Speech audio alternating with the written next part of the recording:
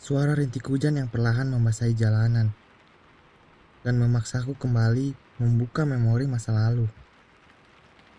Air yang jatuh menimpa batu kerikil yang perlahan terkikis dibuatnya. Burung-burung berteduh dalam sarangnya.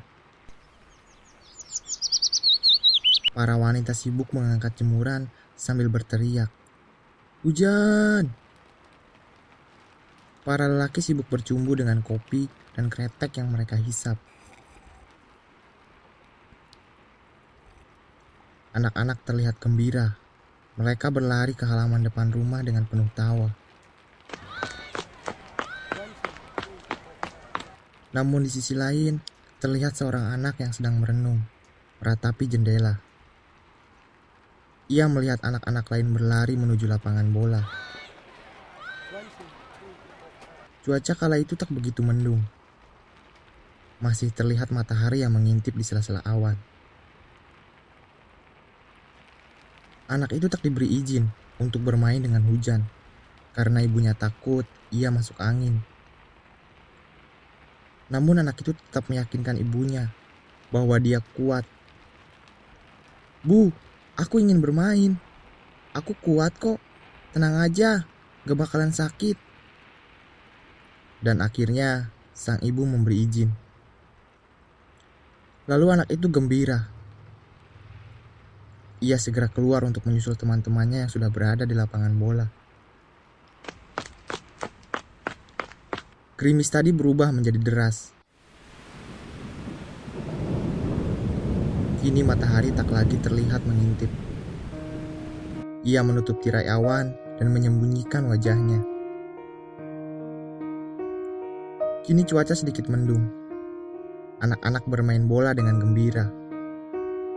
Terlihat tawa di antara mereka yang polos dan lugu. Dengan gawang yang tercipta dari sendal yang ditumpukan di kanan kiri. Alangkah indahnya masa itu. Masa yang takkan pernah bisa terulang kembali. Permainan berlangsung selama 30 menit. Lalu terlihat seorang anak yang menunjukkan tangannya ke arah sawah sambil berteriak, "Hei, ayo kita bermain perang-perangan."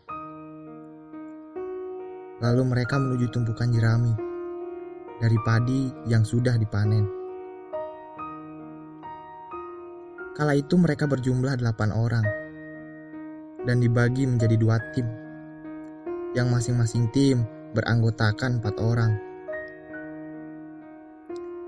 Lalu perang pun pecah. Dalam imajinasi mereka, bagaikan berada pada zona tempur yang menegangkan.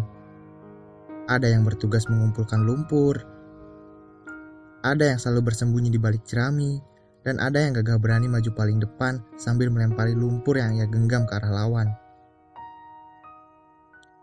Badan mereka penuh lumpur, terkena lemparan dari masing-masing kubu. Tak lama kemudian, hujan pun reda, dan mereka menuju sungai untuk membersihkan lumpur yang menempel di baju dan badan mereka.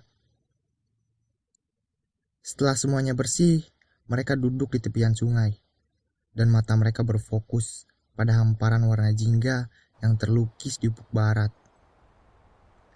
Ya, senja. Matahari terbenam yang banyak menyimpan filosofi di dalamnya. Lalu ada seorang anak yang berdiri, dan ia berkata kepada teman-temannya, "Hei, kalian tahu apa itu senja?"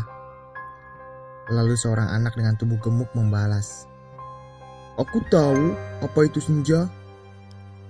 Dan temannya yang berada di samping menimpal dengan kata yang sedikit mengejek, "Hah, kau ini, semua orang juga tahu apa itu meja.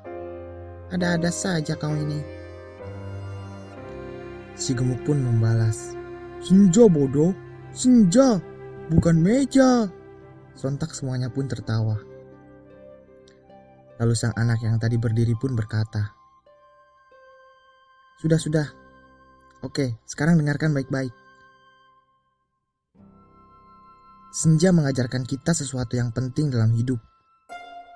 Dari situ kita belajar, memahami apa yang semesta ajarkan kepada kita. Dan senja menjadi bukti bahwa yang indah sekalipun hanya akan bersifat sementara. Teman-temannya memperhatikan dan mendengarkan dengan baik. Lalu anak itu melanjutkan perkataannya. Apapun yang kita miliki di dunia ini hanya bersifat sementara, dan kelak suatu saat nanti semua akan kembali kepada Sang Pencipta. Maka dari itu, kita harus memanfaatkan hidup sebaik mungkin agar kita mati dalam keabadian yang tenang di surga nanti. Lagi-lagi si gendut berkata, "Wah, kau pintar sekali. Dari mana kau mengutip kata-kata itu? Kata-kata yang indah." Lalu anak itu pun menjawab pertanyaan si gendut. "Aku belajar dari ayahku. Ia selalu mengajariku tentang pelajaran hidup lewat puisi-puisi yang ia ciptakan." Dan si kurus pun angkat suara. "Wah, hebat kamu. Ya udah, kita pulang yuk. Aku takut kena marah emak." Akhirnya mereka pulang membawa satu cerita yang takkan pernah terlupakan dan takkan pernah bisa diulang kembali ketika dewasa. Dan aku merindukan masa itu. Masa di mana kita terjatuh hanya lutut dan kaki yang terluka, bukan hati. Aku rindu masa itu. Masa di mana aku belum mengenal kata cinta. Satu kata yang membuatku hampir gila. Aku rindu masa itu. Masa di mana aku berlari dan bermain tanpa memikirkan harus makan apa esok hari. Aku rindu masa itu. Masa di mana suatu tempat yang selalu kutemukan banyak kebahagiaan di dalamnya. Aku rindu masa itu. Dan aku rindu masa kecilku.